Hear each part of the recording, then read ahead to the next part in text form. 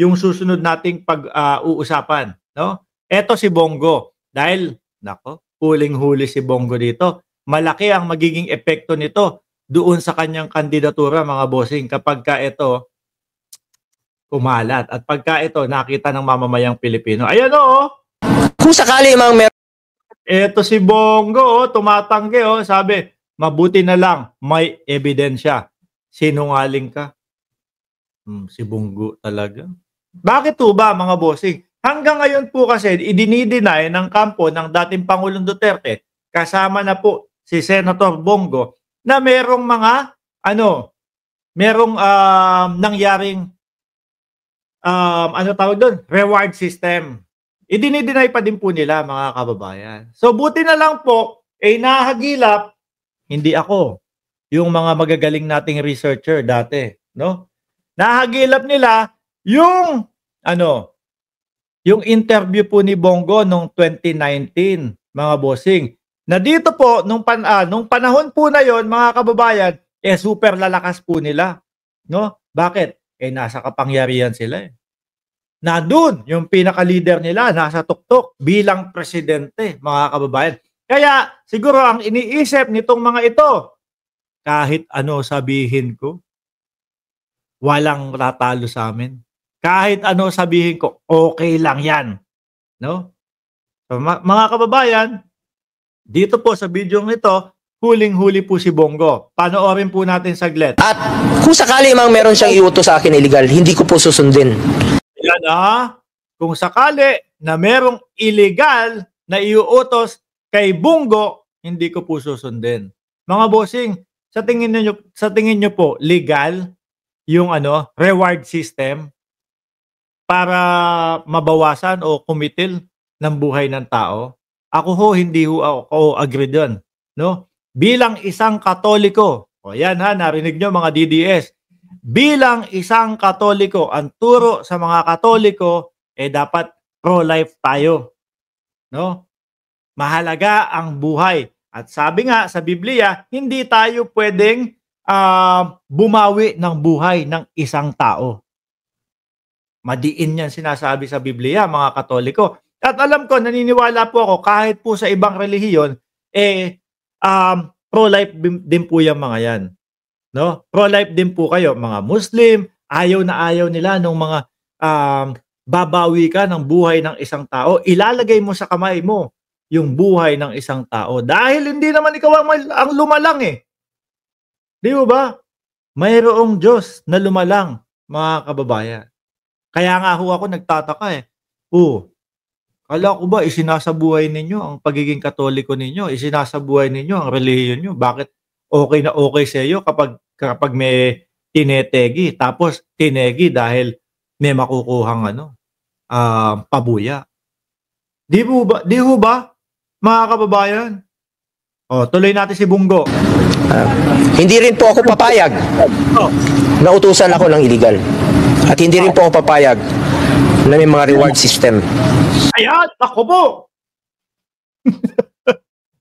Naloko na.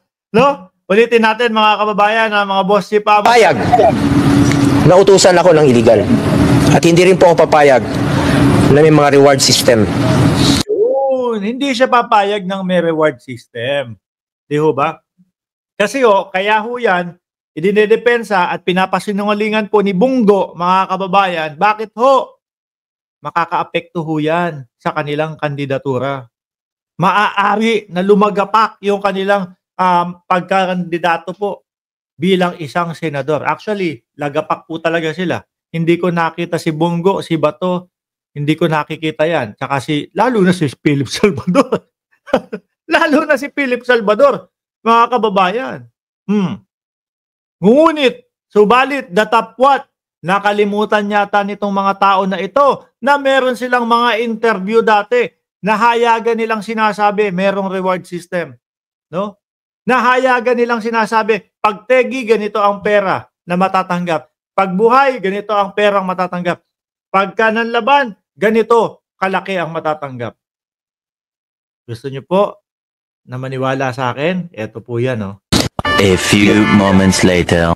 Nabanggit rin po niya, nandyan po rin. Yung sinasabi po ni Bungo, no, nabanggit din po niya, presidente po ito yung binabanggit niya, si dating Pangulong Duterte. Nabanggit din po niya na ano. Yung reward na kanyang sinabi noon, 1 million po sa mga ninja camps. Ayan, 1 milyon pagtegi. Tapos, Buhay, kalahating milyon lang po. ating milyon kapag kabuhay. At pag lumaban, Lumaban, 2 milyon. biruin niyo po mga kababayan, pag tugma-tugmain niyo po yan. Saka yung sinabi ng dating Pangulong Duterte, inuudyukan, binubuyo namin silang manlaban. No? Pag pinagsama-sama niyo po yun at narinig ng isang kapulisan, naku, biruin mo, presidente ang nag-uudyok sa atin para manlaban ito. Oh.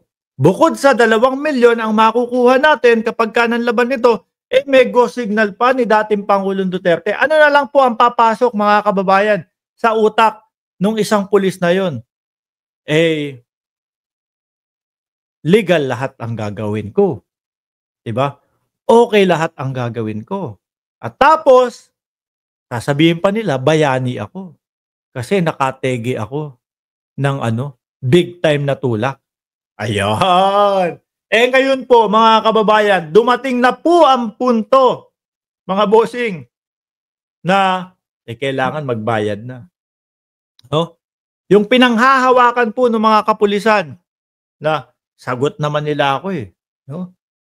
Sabi ng dating Pangulong Duterte, sagot nila ako. Sila ang magiging sandalan ko. Dumating po ang punto, mga bossing, na eto na po. Pumarap na ang dating Pangulong Duterte. Magkakasubukan na kung totoo ba at talagang isasabuhay ba ng dating Pangulo yung sinasabi niyang ako ang sandalan ninyo, ako ang bahala sa inyo. Hindi po nangyari yun, mga kababayan. Kaya nga po, di ba, ang report po ng PNP, napakarami pong kapulisan nung panahon ng laban kontra droga ang nasira ho ang buhay. Bakit to? Wala. Pinabayaan. Ngayon, nagsasakripisyo ho itong mga pulis na to, mga bossing. Nagsasakripisyo sila, mga bossing, doon sa akala nila may sasandalan sila. Akala nila sasagutin sila. Mga boss. Paano yun? Di ho ba, mga kababayan? Pero, yung mga kapulisan, yung mga PNP, yung mga nasira ang buhay, may pag-asa pa kayo. Bakit? Iboto nyo si Mark Ramos bilang senador. Joke lang. Ano naman gagawin natin dyan sa Senado, no? May pag-asa pa po itong mga to, mga kababayan. Bakit po? Si Congressman Dan Fernandez, mga bossing, nananawagan doon sa mga kapulisan na nasira yung buhay, nawalan ng trabaho, na-dismiss. Makipag-coordinate kayo. No?